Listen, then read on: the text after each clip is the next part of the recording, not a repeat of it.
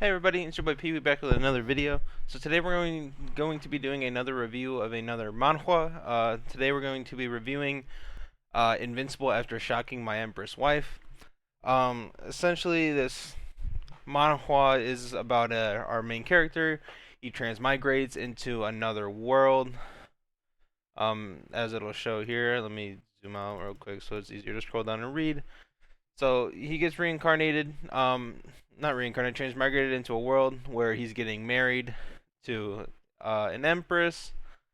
If we can find the main character here, right here, it says he's traveled to a cultivation world.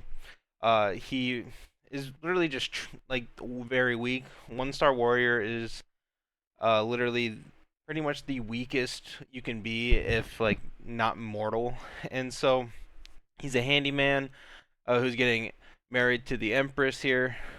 Um, and in order to basically like the power system in this, he unlocks the shocking system, or essentially this system rewards him for either surprising people by his actions, which you can see here. It says you have shocked the Empress. The elders of the demonic sect are like receiving a consecutive shock because he ended up defeating this one person in like a fight, and that he learned a skill, like a very difficult skill that the sect members use. And then he gets rewarded with a physique skill, and amongst like other things he can receive like pills, other skills, so on and so forth. And so a little overview of the world building. There is multiple cultivation realms. Let me pull those up real quick. If we scroll up, it gives us a description of the cultivation realms, which is the warrior realm, the black warrior realm, spiritual realm, earth king realm, sky king realm, celestial, immortal emperor, demigod god realm. The empress is an immortal emperor, and he is a one-star warrior realm. I'm pretty sure there are 10 stars to each realm, so if I'm remembering correctly. And so basically, he uses a system. He gets skills for like completing actions that shock people. I will say though, the one downside to this comic is there is a lot of fan service, which means a lot more censoring of stuff. Um, like this is probably one of the like heaviest censorship manhwas I've read in a very long time. And if anyone's wondering, this is the comic where this like infamous Reddit post is from. Like you see this post in the Reddit quite often of people asking where it's from.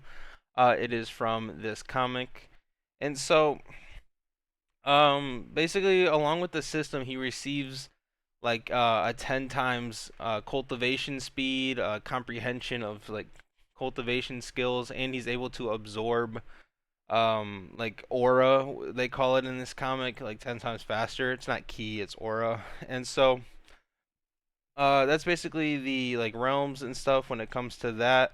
Now, there are multiple grades of weapons as well. So on top of not only like cultivation techniques having ranks, I'm pretty sure there's like 5 ranks. Like it starts with like the Earth realm into like the God realm, or and then like the Sage realm.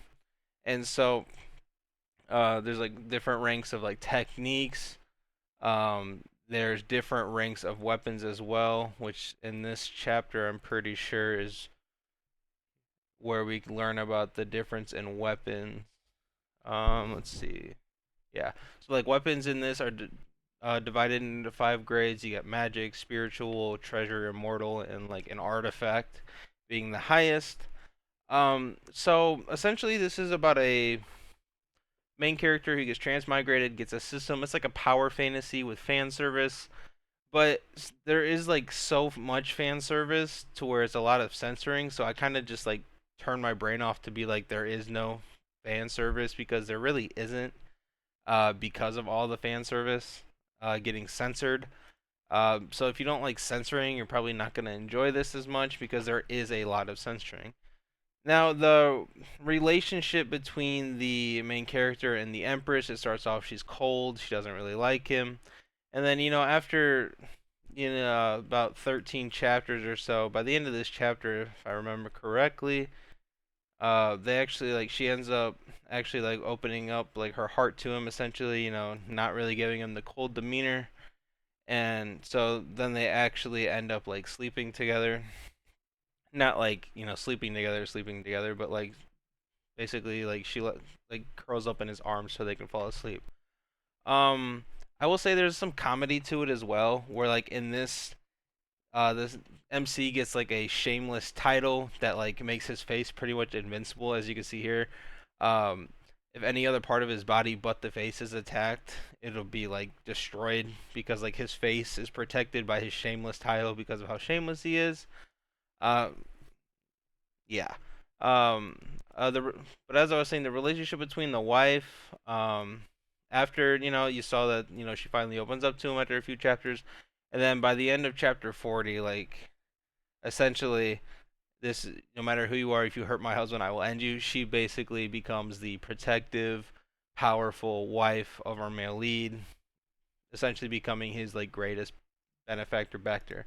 Um, I will say the art's pretty good. As you can see, like that art of like her getting angry, and they do have these like cute little like chibi panels that I tend to like whenever like they're having like a cute moment or so. But yeah, overall, I think this is a pretty good comic if you want to turn your brain off and read it. Um, it's got action. Basically every female like pretty much falls in love with our main character because he has this like charming physique. Um, the wife, his relationship with his wife, I think is pretty good. After they actually fall in love with one another. Um, but yeah, overall it's pretty good. Like I said, if you don't like censorship, you're probably not gonna be into it as much as like you would any other comic, because this one does have a lot more censorship than a lot of others that I've read. But overall, I think it's solid. Do I think everyone's gonna like it? No. Do I like it? It's one of those stories where it's like if the main character needs something to happen, of course it's going to happen when he needs it to happen. Like it's kind of like that. Like it's like everything's like conveniently happening when it needs to happen. So as long as you don't think too much about it, I mean, it's a decent read. But if you're looking for something that you actually like want to read and like focus on and whatnot, you're probably not gonna like it, because it's more of a turn your brain off and read type of comic. But yeah, that'll be it for this video. If you guys like these reviews, let me know. Let me know what other comics you'd like to see reviewed, and I'll see you guys in the next one. Peace.